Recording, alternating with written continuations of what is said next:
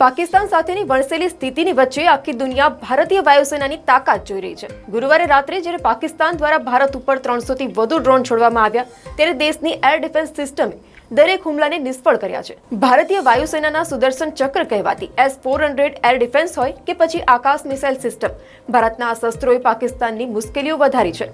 ભારતે અત્યાર સુધી જવાબી કાર્યવાહીમાં આકાશ, MRSM, ZU-23, L-70 અને સિલ્કા જેવા એર ડિફેન્સનો ઉપયોગ કર્યો છે અને દરેક વખતે નિશાન સચોટ રહ્યું છે, મજબૂત પ્રહાર પણ કર્યો છે। પરંતુ ભારત પાસે આ અતિ આધુનિક શસ્ત્રો અચાનક નથી આવ્યા। સરકાર લાંબા સમયથી તેની તૈયારી કરી રહી હતી, તો બીજી તરફ ભડકેલા પાકિસ્તાને દેશના 15 શહેરો પર હુમલો કરવાનો પ્રયાસ કર્યો હતો। ત્યારે ભારતની એર ડિફેન્સ સિસ્ટમે દરેક હુમલાઓને નિષ્ફળ કર્યા છે।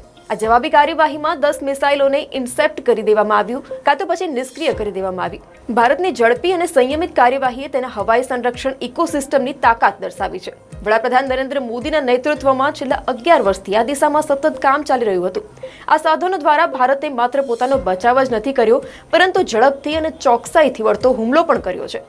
ઓપરેશન સિંદૂરથી એક સ્પષ્ટ સંદેશ મળ્યો છે કે ભારત હવે ફક્ત પોતાના આકાશનું રક્ષણ કરવા જ સક્ષમ નથી, પરંતુ તેના પર પોતાનો કંટ્રોલ પણ ધરાવી રહ્યું છે।